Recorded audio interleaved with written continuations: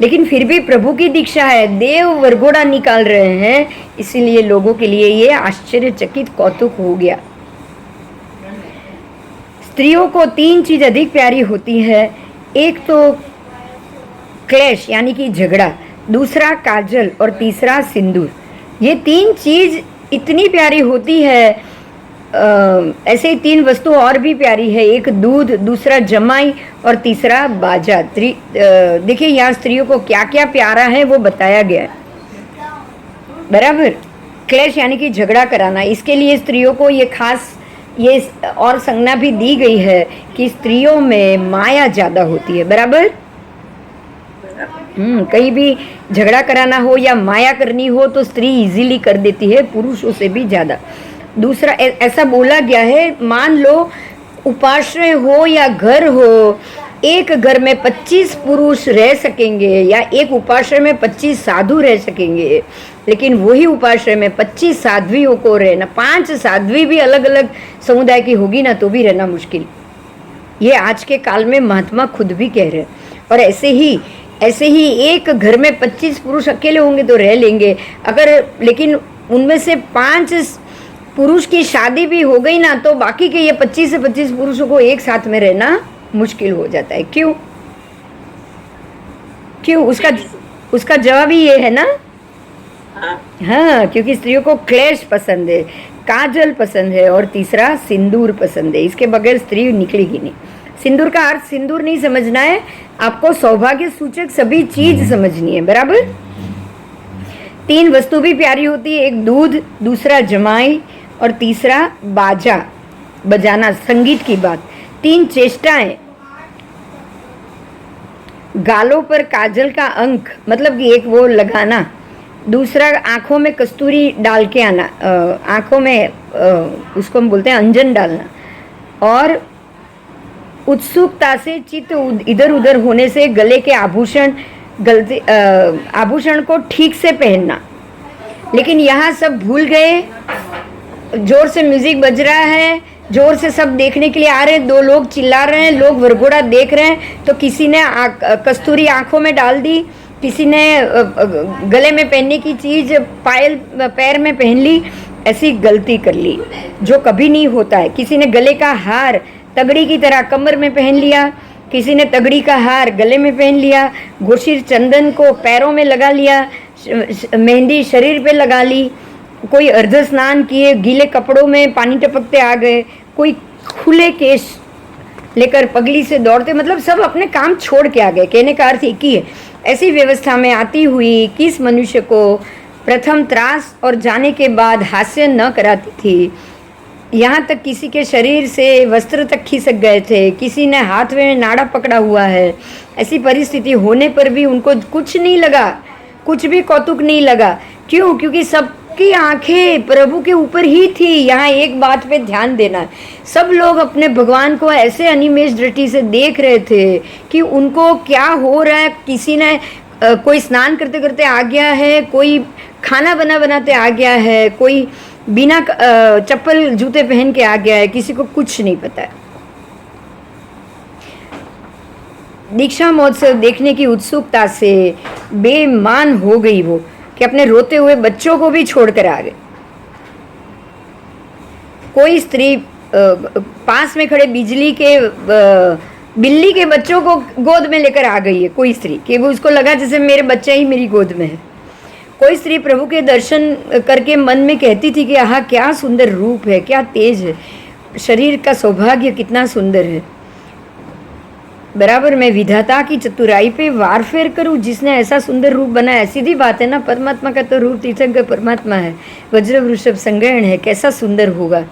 विकसित कपोल वाली कितनी एक स्त्रियां प्रभु के मुख को देखने में ऐसी तल्लीन हो गई थी कि उनके शरीर से सुवर्ण आभूषण निकल पड़े, उनको मालूम भी नहीं पड़ा।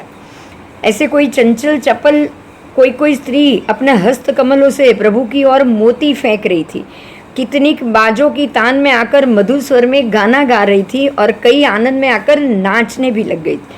इस प्रकार नगर के नारियों के द्वारा जिसका दीक्षा महोत्सव देखा जा रहा है, ऐसे प्रभु के आगे प्रथम रत्नमय अष्टमंगल चल रहे हैं, जिनके नाम थे स्वस्ति, श्रीवत्स, नंदावर्त, वर्धमानक, भद्रासन, कलश, मत्स्य युगल और दर्पण, ये 8 अष्टमंगल जो आज हम मंदिर में पाटली के रूप में पूज रहे हैं, इसीलिए पूज रहे हैं क्योंकि ये भगवान के आगे हमेशा चलते हैं। परमात्मा ने दीक्षा लेना जैसे ही वरघोड़ा आरंभ किया, अष्टमंगल प्रभु के आगे आगे। अब जैसे दीक्षा हो जाएगी, उनके जो सुवर्ण के 9 कमल है, जब समवसरण हो जाएगा तब वो भी आ जाएंगे। तो ये सारे प्रभु के अतिशय है, इसीलिए मंदिर में भी भगवान के सामने इसको रखा जाता है। वो अष्टमंगल प्रभु के आगे चल रहे हैं।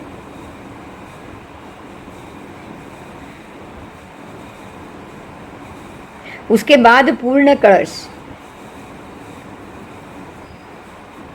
झारी, चामर, बड़ी पताका, छत्र, मणि और स्वर्णमय पादपीठ वाला सिंहासन, फिर सवार रहित 108 हाथी, 108 ऐसे ही चल रहे, कोई सवार नहीं है उसके ऊपर, उतने ही घोड़े, 108 घोड़े, 108 ऊंट और पताकाओं से मनोहर सजे हुए, शस्त्रों से भरे हुए 108 रथ, 108 उत्तम पुरुष, अनुक्रम से घोड़े, हाथी, रथ तथा पैदल सेना, फिर 1000 छोटी पताकाएं से मंडित 1000 योजन ऊंचा महेंद्र ध्वज, जो खास इसलिए इंद्र ध्वजा निकाली जाती है, खड़ग सवारी, भालों को धारण करने वाले ढालधारी, भालों को धारण करने वाले धारी, ढाल पकड़कर धारी, हास्य तथा नृत्य करने वाले, जय जय शब्द करते हुए भाटचारण आदि सब चलते हैं।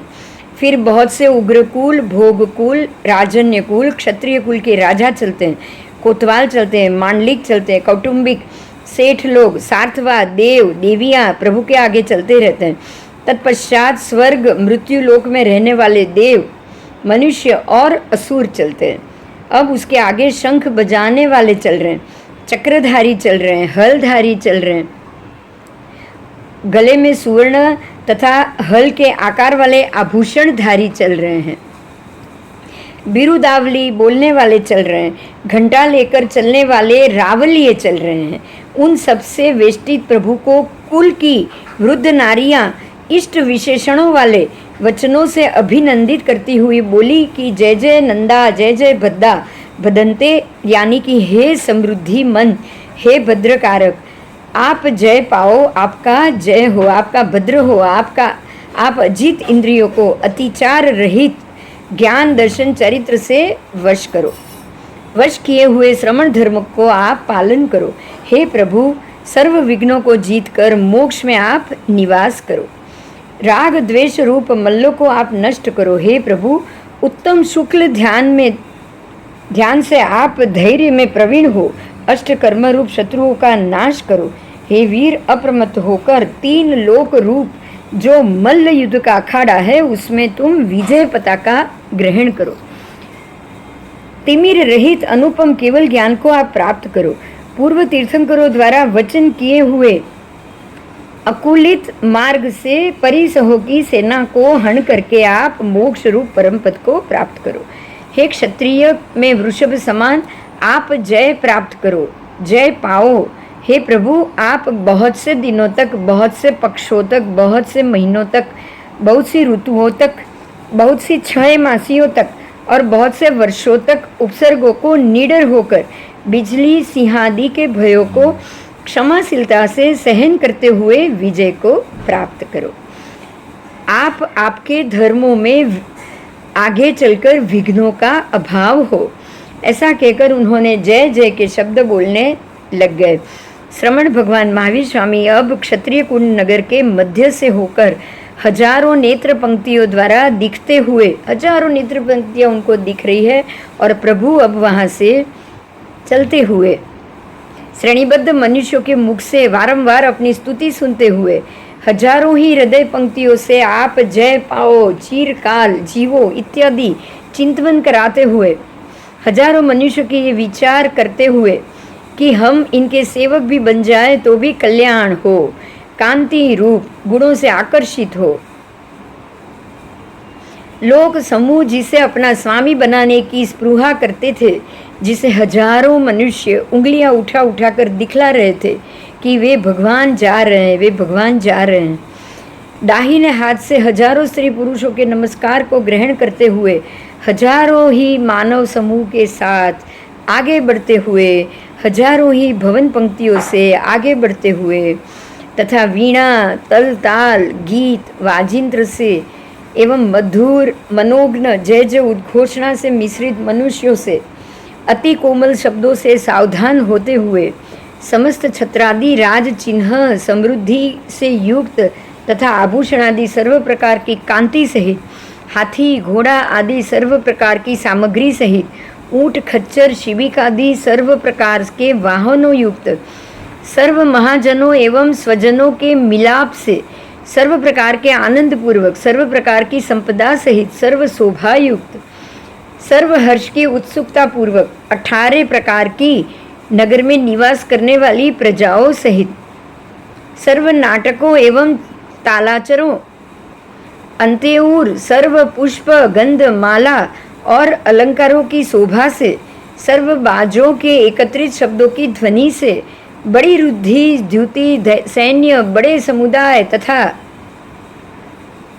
समकालीन बजते हुए शंख पट भेरी झलरी खटमुखी हुड्डक और देव दुदुम्भी के निकलते हुए शब्द के प्रतिरूप बड़े बड़े शब्दों युक्त रुद्धि से दीक्षा ग्रहण करने को जाते हुए प्रभु के पीछे चतुरंगी सेना से वेष्टित एवं मनोहर छत्र चामर आदि से सुशोभित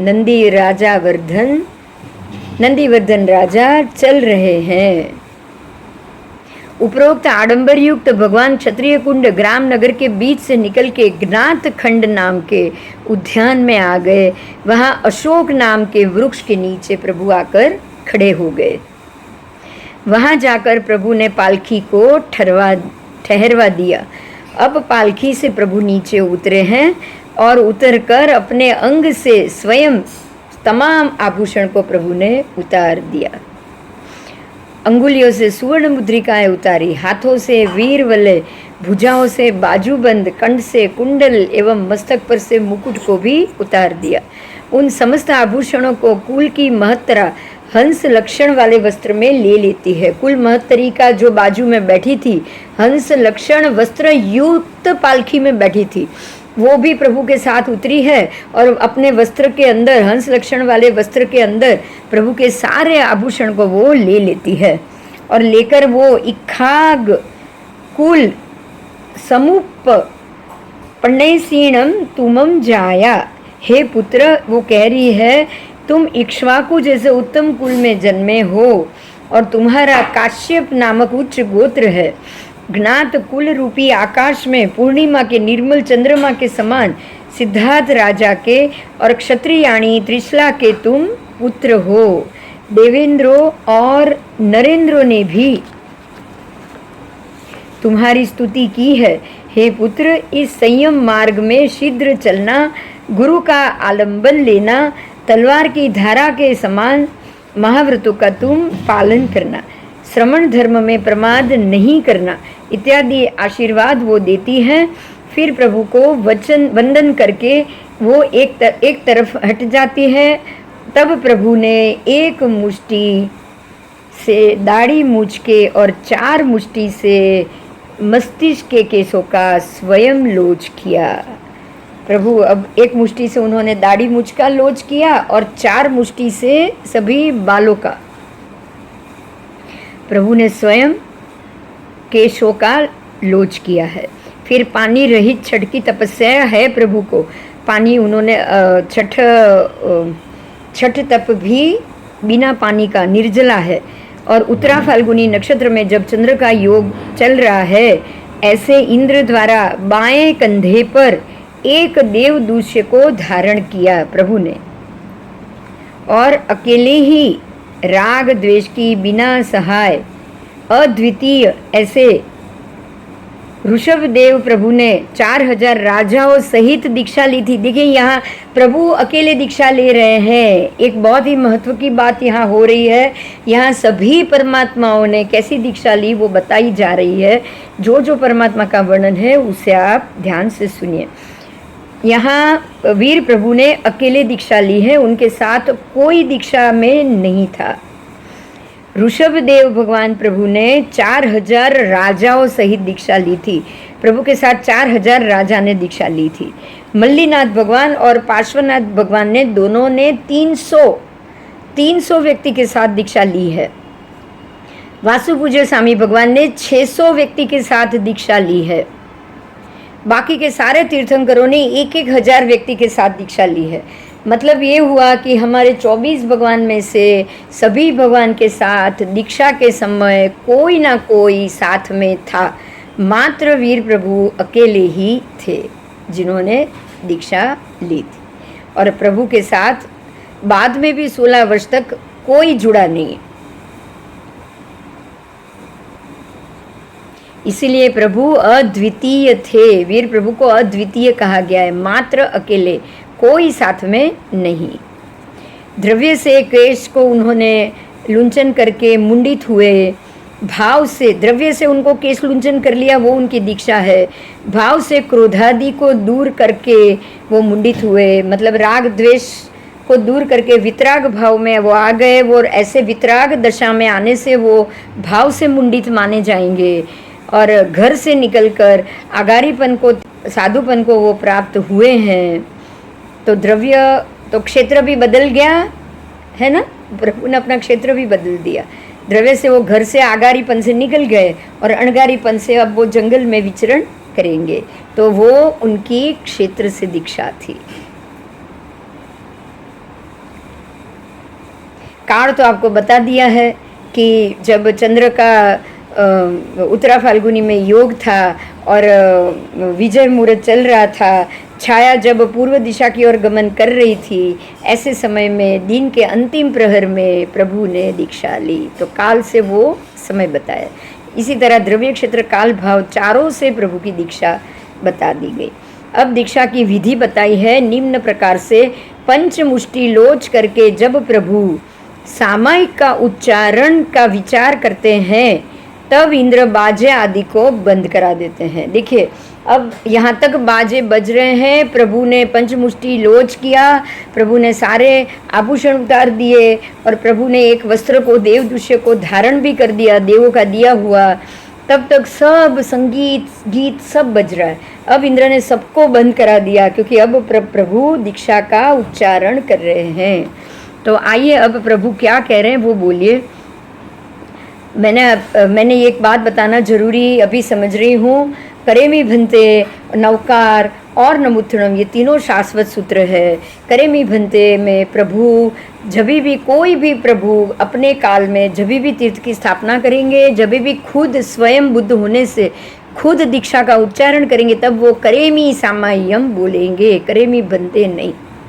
बराबर। तो करेमी सामाय्यम प्रत्येक परमात्मा अपनी दीक्षा के वक्त बोलेंगे, और सव्वम सावज्जम जोगम पचखामी बोलेंगे। सव्वम सावज्जम, दुविहम तिविहेणम नहीं, परंतु तिविहम तिविहेणम बोलेंगे।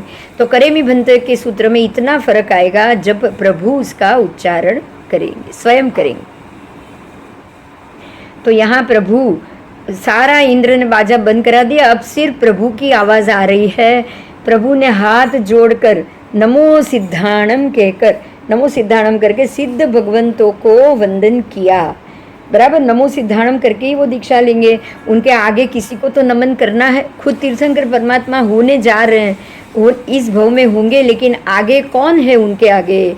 सिद्ध भगवान। इसलिए नमो सिद्धस्य बोलकर वो दीक्षा का पाठ शुरू करेंगे। करेमी सामाय्यम सव्वम सावजम जोगम पचखामी बोलकर वो पाठ का उच्चारण करेंगे। बराबर, भंते नहीं बोलेंगे वो, और दुविहम भी नहीं बोलेंगे, क्योंकि उनका ये आचार है, क्योंकि वो त्रिविध से, मन वचन काया तीनों से वो पचखान ले रहे हैं। अब प्रभु ने करेमी भंते का उच्चारण किया और दीक्षा ली। हाथ जोड़कर दीक्षा का अभिग्रह उन्होंने ले लिया, और जावत जीव के लिए ये दीक्षा थी। इसलिए सव्वम सावज्जम जोगम, सर्व सावध्य योगों का भी उन्होंने त्याग कर लिया। इस प्रकार चारित्र ग्रहण करते ही प्रभु को चौथा मनः प्रयोग ज्ञान उत्पन्न हुआ। जन्म से वो 3 ज्ञान से थे, मति ज्ञान, श्रुत ज्ञान, अवधि ज्ञान। और अब जैसे ही दीक्षा ली उनको चौथा मन प्रयोग ज्ञान भी उत्पन्न हो गया। इससे अब प्रभु को सामने वाली कोई भी व्यक्ति की मन स्थिति का पता चल जाएगा। जो भी व्यक्ति सामने आएगा भगवान उनके मन में क्या चल रहा है वो सब जान पाएंगे। तो मन प्रयोग ज्ञान उत्पन्न हुआ क्योंकि ये उनका आचार्य ऐसा है कि ऐसा होना ही होना है। अब इंद्रादि देव प्रभु को वंदन करके, अब सब देव 64 इंद्र और उनका पूरा परिवार प्रभु का वंदन करके नंदीश्वर जी की यात्रा करने के लिए अष्टानिका महोत्सव के लिए निकल पड़े। और ये चीज़ मात्र एक भरत में नहीं, पांचों भरत, पांचों ऐरावत में एक ही समय में हुई और होगी ही होगी, आगे भी होगी, पहले भी हुई है, आज भी हुई।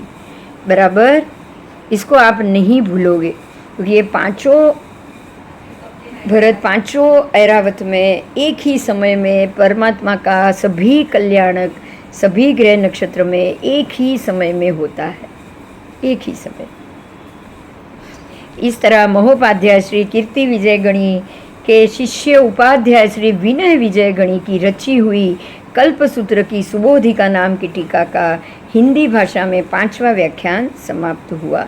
5 व्याख्यान तो समाप्त हो चुके, 6ठा व्याख्यान भगवान का विहार है और वो हमको आज रात को ही पूरा करना पड़ेगा। अभी थोड़ा 10 मिनट ले लो।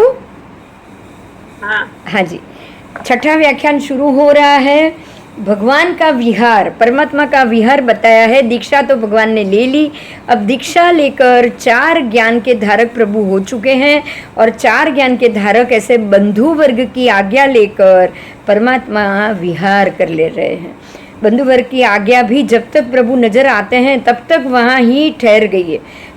अब सब लोग भगवान को वहीं से विदाई दे रहे हैं और देख रहे हैं भगवान जब तक नहीं दिखाई देते, अदृश्य नहीं हो जाएंगे तब तक सब लोग वहीं खड़े रहें और भगवान को देख रहे हैं। और वहाँ ठहरकर वो कह रहे हैं कि त्वया विना वीरम कथम व्रजामो, आपके बगैर हे वीर अब हम आपके बिना शून्य वन के समान, बिल्कुल कैसे समान, ऐसे घर को कैसे हम जिएंगे।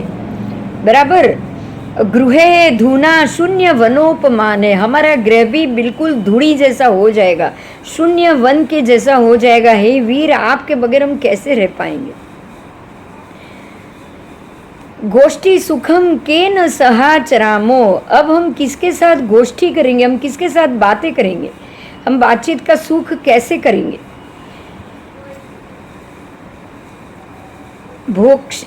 भोक्ष्यामहे केन सहाय बंधो, हम किसके सहारे, किसके साथ में बैठकर भोजन करेंगे। भोक्ष्यामहे, हम भोक्ष्य यानी कि भोजन भी कैसे करेंगे, आप तो है नहीं, आपके बगैर हम खाना भी कैसे हमारे गले से नीचे उतरेगा। सर्वेषु कार्येषु च वीर वीरे, हे आर्य सर्व कार्यों में हम आपके साथ ही थे, आप हमारे साथ ही रहे। वीर वीर करके हम आपके दर्शन हो जाए, आपके प्रेम से प्रकर्ष होकर हम अत्यानंद प्राप्त कर लेते थे। सभी कार्यों में हम आपके पास दौड़ के आ जाते थे। त्या आमंत्रण अदर्शन तस्तवार्यम, अब वो आमंत्रण देने हम कैसे आएंगे, अब आप हमको दिखाई नहीं देंगे। अति आनंद हम प्राप्त कर लेते थे, अब तो हम निराश्रित हो गए हैं, अब हम किसका आश्रय करेंगे। बराबर, प्रेम प्रकर्षाद भजाम हर्ष, हे बांधव आपकी आंखों से प्रेम प्रकर्षाद, अत्यंत प्रेम प्रकर्षित हो रहा था आपकी आंखों से, अमृतांजन के समान अति प्रिय आपका प्रेम, आपका दर्शन, हमारी आंखों, आपकी आंखों से जो टपक रहा था वो दर्शन, आपकी आंखों से करुणामय जो करुणा प्रकट हो रही थी वो दर्शन अब हम कब होगा, कैसे होगा, अब ये दर्शन हम कब कर पाएंगे।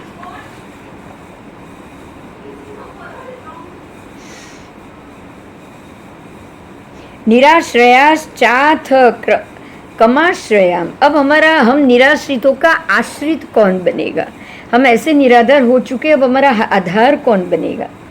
अति प्रिय बांधव दर्शनम ते, आपका दर्शन हे बांधव, आपका दर्शन हमारे लिए अति प्रिय है, अति प्रिय। सुधा जन्म भावी कदास्म दक्षिणो, एक अमृत के समान है, आपका मुख अमृत के समान हमें शक्ति देता था। हम आपके दर्शन कर लेते थे, हमें अमृत मिल जाता था, अमृत पान की शक्ति मिल जाती थी। निराग चित्तो पी कदाचि दस्मान, अब आपका दर्शन नहीं होगा। हे प्रौढ़ गुणों से शोभने वाले, निराग चित्त होते हुए भी क्या आप हमें कभी याद करोगे? आप निरागी हो, लेकिन क्या फिर भी आप हमें कभी याद करोगे? बराबर, हम तो आपको निरंतर रूप से याद करने वाले, लेकिन हे प्रौढ़ गुणों से शोभने वाले, आप क्या हमें निराग चित्त होकर भी कभी याद करोगे? स्मरिष्यसि प्रौढ़ गुणाभिराम, आप क्या हमें स्मरण करोगे? हमें नहीं पता कि आप हमें स्मरण करोगे कि नहीं, लेकिन हम आपको निरंतर स्मरण करेंगे। इस प्रकार से बोलते हुए, देखिए ये सारे उद्गार नंदीवर्धन के थे, क्योंकि भगवान के साथ समय समय कौन बीता था बताओ? खाने के वक्त, बैठने के वक्त, बातें करने के वक्त सबसे ज्यादा भगवान के साथ किसका समय जाता था? नंदीवर्धन का, उनके भैया का, उनके बड़े भाई का और उनकी फैमिली का। तो वो कह रहे हैं कि भाई अब ये सब कौन करेगा, अब ये सब हमें कब मिलेगा, कैसे मिलेगा? और हम तो आपको निरंतर राग से ही याद करने वाले, पर निरागी क्या आप हमें याद करोगे? इस प्रकार से प्रभु को याद करते हुए, हे गुणों से सुशोभित, निरागचित होते हुए भी क्या आप कभी हमें याद करेंगे? ऐसे बोलते हुए अश्रुपूर्ण नेत्र से बड़े कष्ट के साथ नंदीवर्धन अपने घर महल में वापस आए हैं। अब दीक्षा के समय में देवों ने जो प्रभु की गोशीर्ष, चंदन और पुष्पादि से पूजा की थी, उसकी सुगंध प्रभु के शरीर पर 4 महीने से कुछ दिन अधिक तक रही। भगवान को जो लेप लगाया था नहाने के बाद गोशीर चंदन का, उसकी सुगंध बहुत थी, उनके शरीर पर रही। अब वो सुगंध उसके बाद तो वो नहाए नहीं वापस, तो उसकी सुगंध से आकर्षित होकर अनेक भ्रमर प्रभु के शरीर को डंक मार रहे हैं। सोचिए ये क्या आलेखन करना चंदन और सुगंध का। देखिए प्रभु के लिए कितना दुष्कार्य हो गया, समझ में आ रहा है? लोगों ने तो खुश होकर लगाए, लगाओ और चंदन लगाओ, सब लोग आकर प्रभु को लगा रहे थे, है ना?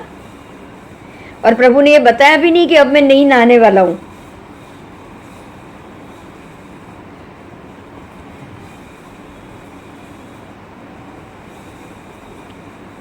तो प्रभु के शरीर को डंक मार रहे हैं। कितने एक युवक प्रभु के पास आकर सुगंधी गुटिकाएं मांगते हैं, क्योंकि सुगंध बहुत आती है, तो मांगते हैं आके कि भाई आपके पास सुगंध आ रही है, आपके शरीर से, आपके पास कुछ है, आप हमको दो, वो गुटिकाएं दो। लेकिन प्रभु तो मौन रहते हैं।